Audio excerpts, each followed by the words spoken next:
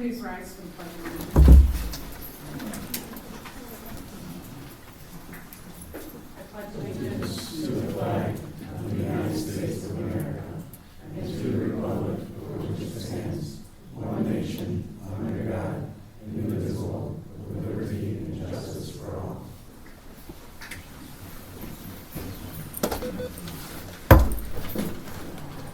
Thank you. We will now open the floor to public comment.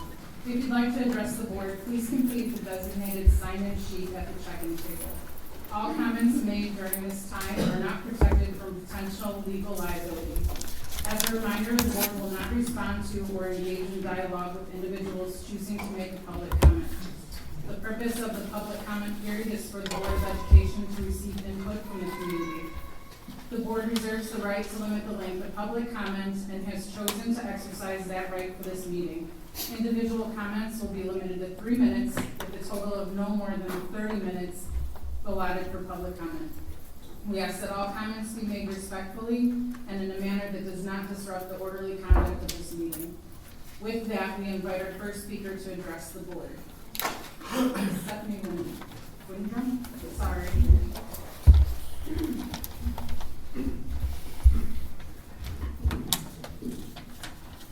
Good evening, Superintendent Dr. McKay, President Martinez, and members of the board and esteemed community. My name is Stephanie Windrum, President of BIESBA Local 430, representing our dedicated paraprofessionals. It is my pleasure to welcome everyone back for another school year on behalf of our membership. First, I would like to thank Dr. McKay for her thoughtful welcome back message and the welcome back gift. Those small gestures of appreciation are meaningful and help set a positive tone as we begin a new school year. Thank you for thinking of us. We pray that everyone had an amazing, restful, and rejuvenating summer. Our paraprofessionals are renewed, refreshed, and ready to return to the important work of supporting our students. It is especially refreshing on the first day to walk into our buildings and experience clean, fresh-smelling spaces and polished floors. There is something special about returning to a school that feels welcoming, cared for, and ready for our students and staff. We truly appreciate the work that goes into creating that environment. Now, we are excited about the possibilities this new school year brings and look forward to working closely and strategically with our teachers, administrators, and the board. Together, we can continue creating an environment where our students feel supported, encouraged, and empowered to succeed. We are back, we are ready, and we are excited about the year ahead. Love and peace. Thank you.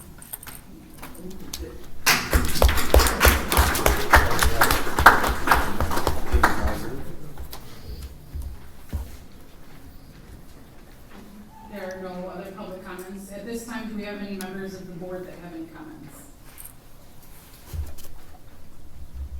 Okay. Happy new start of the school year. That's exciting. Okay. So we will move on to presentations. I invite the Assistant Superintendent of Business Services to come forward.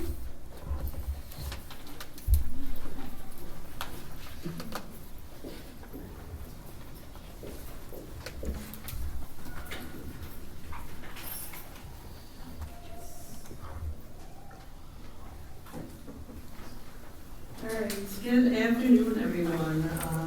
Today we will be presenting the fiscal 2027 tentative budgets. The budget timeline, on August 14th, there was a notice for a public hearing posted on the newspaper, and the tentative budget was posted on the district website that available for public viewing. On August 18th, today, the tentative budget is going to be presented shortly to the Board of Education, and the Board of Education, along with the public, will be able to review the tentative budget. On September 15th, there's going to be a public hearing on the budget, and ultimately potential approval of the budget at that time. On September 30th, the district or the Board of Education must adopt a budget, and then ultimately on October 31st, that's the deadline date for submission to ISBE. In regards to seeing fiscal 27, you have to see fiscal 26. So this is the unaudited fund balance in regards to fiscal 2026. You will see the beginning balance, the revenues, expenditures, and then ultimately at the far right, the cash balance report. Ultimately, for fiscal 26, unaudited revenues amounted to $70.6 million. Expenditures amounted to $71.6 million, and ultimately, we had an ending cash balance of approximately $67.3 million. As you can see, in regards to revenues and expenditures, it's a little unbalanced. It's considered an unbalanced budget because there was more expenditures than revenues, but I will get to that in a future PowerPoint slide. This is also in regards to the unaudited budget to actual. It's referencing the adopted amended budget that was approved in January 2026 compared to the actual expenditures that we had throughout the school year, and along with the revenues. Ultimately, the actual expenses amounted to 87.38% of the budgeted amounts in regards to expenditures, and then the district received 97.09% of the budgeted revenues anticipated for the fiscal year. So this is just another way of showing the same that I just explained instead of having all these numbers. As you can see, we were not too far off in regards to receiving revenues, and then also in regards to expenditures, there's a little larger gap of 12.62% that was not used. Now, in regards to the factors that created this, in regards to revenues, first and foremost, property tax collection issues. As maybe everyone would have known, that over the year, the Cook County Treasurer's Office updated their software, and there were delays in regards to the community members or receiving their property taxes. That's the reason why there was that delay, and then also with that delay caused the district not receiving the funds in a timely fashion. Approximately as of now, we received 90% of the collection of the first installment, the installment that our community members paid, I want to say in March. And and there's other nuances where like we're still receiving stuff from prior years, but the new accounting system that they have is not necessarily being completely or showing that exactly. So they had to kind of figure out a certain break-off point and differentiating prior years with the first installment that we just paid. Also, we had the property tax relief grants. We received year 2 of the grants. This is the end of that grant. It was only a 2-year grant. And this is where the district received state funds in lieu of property taxes. It was approximately $2.7 million of property tax relief with our community members here. Also, in regards to federal funding, there was a Medicaid reporting change, so we changed from ITAMES to Embrace, and there's different reporting standards, and we and the PPS department really went through and studied and trained for these additional reports, and we were able to get an additional $600,000 worth of revenue through Medicaid. In regards to expenditures, as I stated before, or in the earlier PowerPoints, in regards to the unbalanced budget, health insurance is one of the bigger factors. The district is self-funded, so at the end of this year, the claims exceeded the premium rates of approximately about $1 million. So we had to do the journal entry to make sure, per the auditor, to have that accounted in the correct expenses, along with legal fees, ongoing legal fees. Also, construction projects. There was a limited amount of construction projects in the summer of 2025, And other projects are in the initial stage, so that was, a reason why those funds were not necessarily fully expended. So now talking in regards to the fiscal 2027 tentative budget. As you can see there, this is the tentative fund balance. We're starting with a 67 million fund balance, anticipated revenues of 76 million, anticipated expenditures of 80 million with an ending fund balance of 63 million. As you can see, there is a unbalanced budget, and due to things that I will explain in another PowerPoint slide.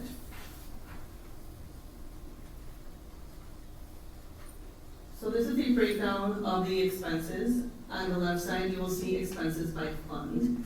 You can see 74% comes directly from the education fund, along then with 12% in operation and maintenance. Then 3% in regards to debt, 5% transportation, and so on. If you look at the right pie chart, it's broken down by expenses by object. You will see that salary and benefits amount to 62% of the entire budget. 17% in regards to purchase services, which include the national school lunch programs, the lunches, the breakfast, transportation, legal, speech, and maintenance, repairs, and purchase services. 4% in supplies, 8% in capital projects, and then 9% in tuition payments and debts. This is a pie chart in regards to the revenues that the district is anticipated to receive in 2027. 45% would come from local property taxes, 7% in other, which amounts to 52% in local revenue. Then we have evidence-based funding, which amounts to 33%, and then ultimately for the state we receive roughly 39% of our funding. And then the federal funds we receive through the grants, Title 1, Title 2, Title 3, Title 4, we receive 9% approximately. Now the factors in regards to the revenues and expenditures for this fiscal year. The revenues, ongoing tax collection issues. So it's anticipated the funds that weren't received in the prior year, the district will be receiving. As I stated in the other PowerPoint slide, the district received 90% of those tax revenues. We usually get a collection rate of anywhere between 93 and 95%, so I'm anticipating for that collection of funds to be actually coming to the district. And then also, I just received news this morning that the second installment of property tax bills are now available online as of today. So, lucky for the Cook County taxpayers, they will be going out September 1st and with the due date of October 1st. So, if anyone's excited, they're yay. But the district is, because then that means that the revenue is going to be hitting the bucks a lot sooner than anticipated. Also, in regards to corporate personal property replacement tax, it's anticipated to increase by 22% compared to fiscal year 2026. This amounts to approximately $2.4 million. Factors in regards to expenditures, based off of the trends that I have seen over the couple of years, claims are exceeding the premium rates. So I did allot an additional amount of funds to cover potential excess of claims, to cover the health insurance costs. There is out of district tuition, so the anticipated private tuition cost for this school year is 5.7, which is approximately $4.6 million. The trend in the surrounding districts are anywhere between 4% to over 10%. There's one school district that is, there's actually a couple districts that are double digits. Good news though, we do have a 77% decrease in contracted employees. This is excluding psychologists because they are not working here every day. But with this, there's a cost savings of at least $620,000. This is, I would say, primarily due to the changes of enrollment in the surrounding districts and the ability of being able to hire new staff. So that is a win for the district.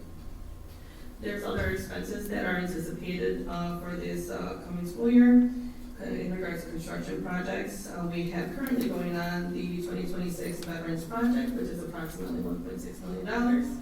The board approved Nathan Hill Middle Gym, which is approximately $1.4 million.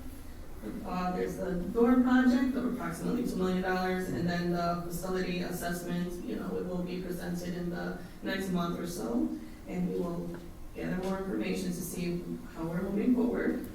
And then there's also, other items that we have to close out in regards to life safety.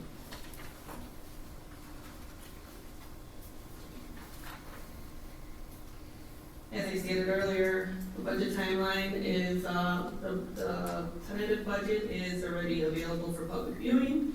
We will have the public hearing at the September 15th, before the September 15th board meeting. Usually around 5:15, the board meeting starts at 6 o'clock. The budget must be adopted by the board by September 30th, and then ultimately submitted to ISB by October 31st. Does anyone on the board have any questions? I do. This is the final year of the property relief grant. Yes. Are we able to reapply for that, or is that not?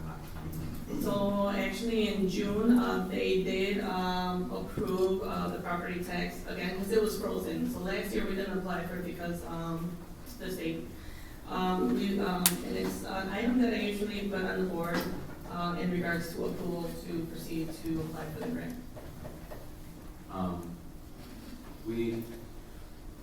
Every year down the board, we've gotten the highest financial rating that we can get in the state, basically. Yes. Will an unbalanced budget affect this, or is? Not necessarily. And just for information, we might get 7% revenue from local other. Is that the corporate property tax increase, or what is the local other? That's miscellaneous in regards to either like credit memos or like building rentals, registration, so miscellaneous items that are still local revenues, but they don't fall within, obviously, property taxes. Thank you. You're welcome. Any other questions? Thank you. Thank you.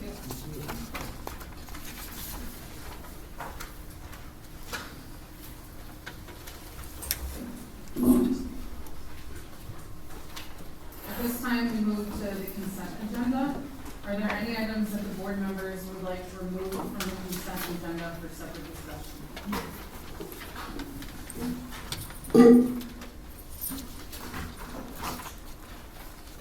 If there are none, may I have a motion to approve consent agenda items as presented for this meeting?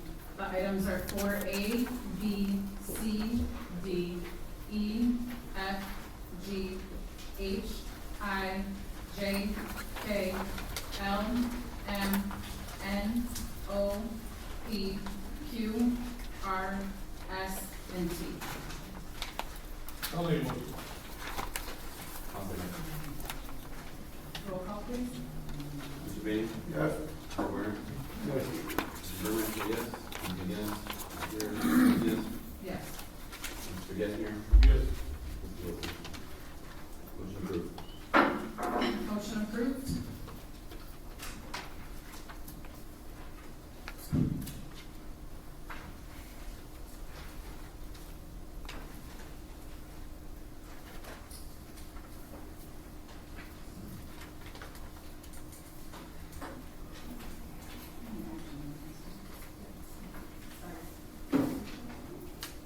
We'll now move on to action items. Action item A is the unaudited management discussion and analysis supplemental information.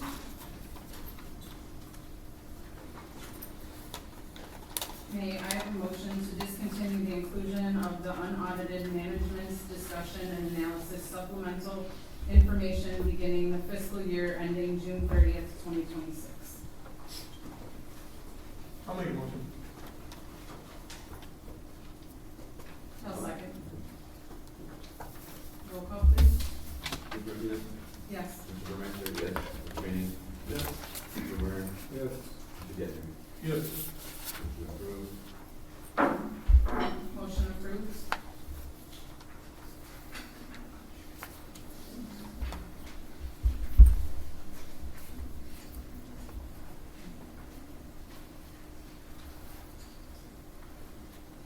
Did anyone have any questions or comments for the informational items? I'm going to, that, I'm sorry. would you be willing to share? Yes. Update on the superintendent's search?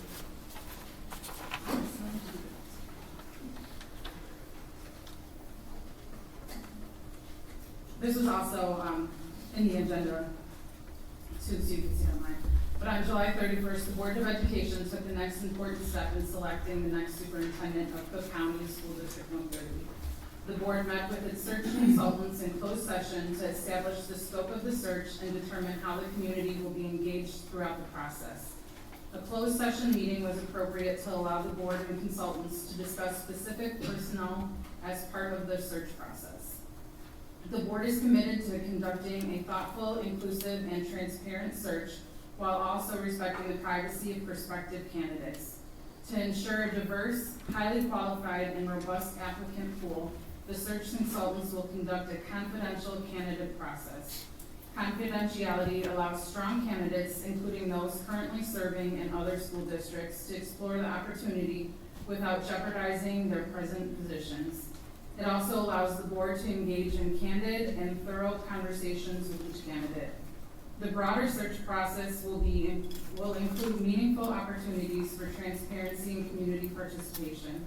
The board has directed the search consultants to develop a comprehensive community engagement strategy that gathers input from parents and guardians, community members, teachers and staff, school, and the district administrators, community leaders, and students. This engagement strategy will include the community survey, focus groups, and open forums. The feedback gathered through these activities will be used to develop a superintendent profile reflecting the experiences, priorities, and expectations of the District 130 community. That profile will guide the search consultants and the board as they identify and evaluate candidates who are best prepared to lead our schools. The board believes this balanced and comprehensive approach, one that values community input, public transparency, thoughtful deliberation, and candidate privacy, will position District 130 to select an exceptional next superintendent. The community can expect a substantive update to the search process at each regular meeting of the Board of Education.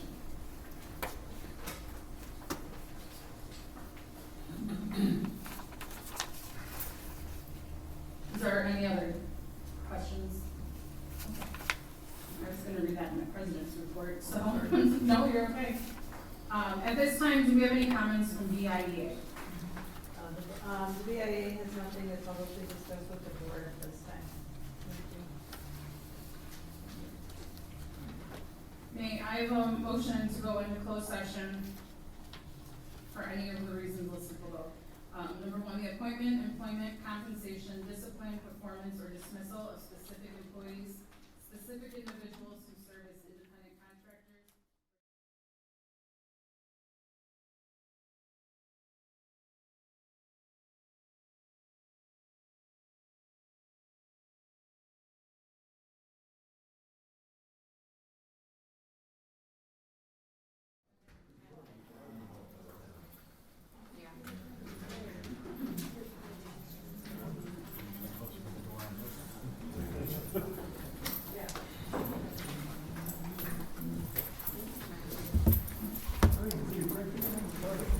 Yeah, water with flavor.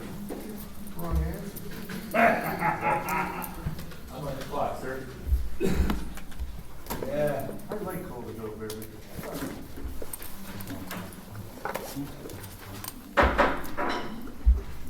May I have a motion to return to open session? I'll make a motion to return to open session. Second.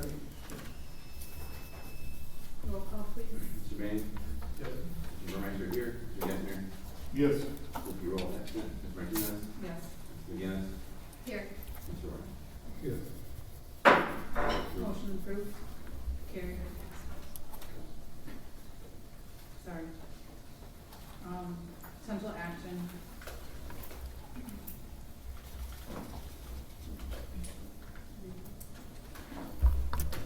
We'll now move to action items. The first action item is to motion to contract with HES Facilities Management. The Board of Education has completed the required statutory steps to enter into a contract for custodial services pursuant of section 1022.34C of the Illinois School Code. The board has reviewed the comparison of anticipated and current contract costs, discussed with exclusive bargaining representatives any alternatives for retaining work and impacts of such an agreement. This evening, the board has conducted a public hearing where the HES Facilities Management Cleaning Services proposal was summarized, and the director was summarized, and the superintendent spoke of the nature of the facilities. The board has considered all relevant information to determine that a custodial service agreement with HES Facilities Management is in the best interest of the students and the staff.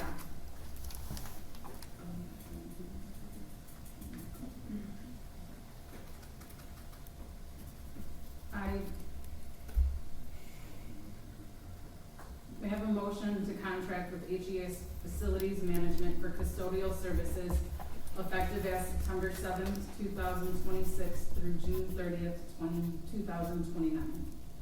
I'll make a motion. I'll second. I'd like to have a discussion before we vote. I, as a first-time member of the Board of Education's bargaining team, have witnessed firsthand why this action is in the best interest of the district. In the past 14 months, there have been over 20 bargaining sessions and continuous complaints. Despite the administrator's best efforts to combat the worsening situation with staff reassignments and emergency contracts, the operational problems remain at the point where the administration and staff are spending an exorbitant amount of time responding to day-to-day issues within the Buildings and Grounds Department. We've heard from Mr. O'Shea on the legitimate operational concerns and the benefits in contracting with HES. I believe that contracting with HES Facilities Management will raise the standard of service for our students and is in the best interest of our district. I'll also have a comment. I've been a member of the board's bargaining team for many years, and our goal is to negotiate a fair contract, but also establish standards of services that our students deserve. We've heard from Ms. Moreno and reviewed the comparable benefit package between the 2022 and 2025 SAU, CBA, and the HES proposal. We reviewed the cost comparisons between the currently proposed SEIU rates and proposed rates with HES. There's almost $2 million savings for the board under the HES proposed rates. I do not believe that we are providing the quality of work our students and staff deserve. We have considered the operational and financial concerns and heard recommendations from the superintendent, the assistant superintendent of financial and business services, and director of buildings and grounds. It is in the best interest of the district for the board to contract with HES Facilities and Management for custodial services. One other thing I'd like to point out is some rumor that's going around that I am somehow affiliated with HES. Let me make it very clear. I'm not in any way, shape, or form affiliated with HES services. Where that came from, I don't know, but I am not. Any other board discussion? May I have a roll call, please? Mr. Banning? Yes. Ms. Martinez? Yes. Mr. Burmeister? No. Mr. Gaspar? Yes. Mr. Werner? Ms. McGinnis? Yes. Approved. Motion approved.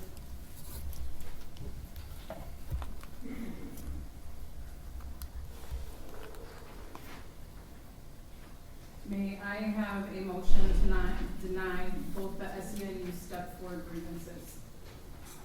I'll make a motion. I'll second. Roll call, please. Mr. Burmeister? Yes. Mr. Warner? Yes. Ms. McGinnis? Yes. Ms. Martinez? Yes. Mr. Beatty? Yes. Mr. Getzner? Yes. Motion approved. Sorry.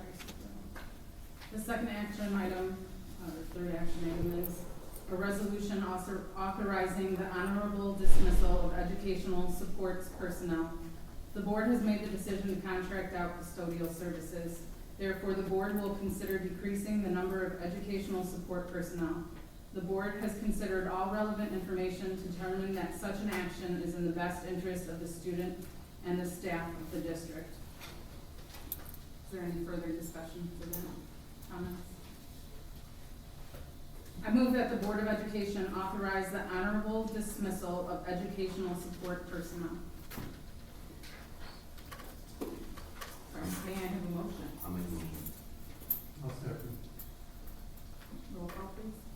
Ms. McGinnis? Yes. Mr. Getzner? Yes. Ms. Martinez? Yes. Mr. Warner? Yes.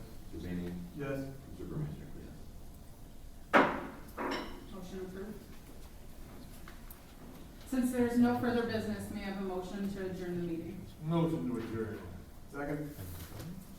Mr. Beatty? Yes. Mr. Burmeister? Yes. Mr. Getzner? Yes. Ms. Martinez? Yes. Ms. McGinnis? Yes.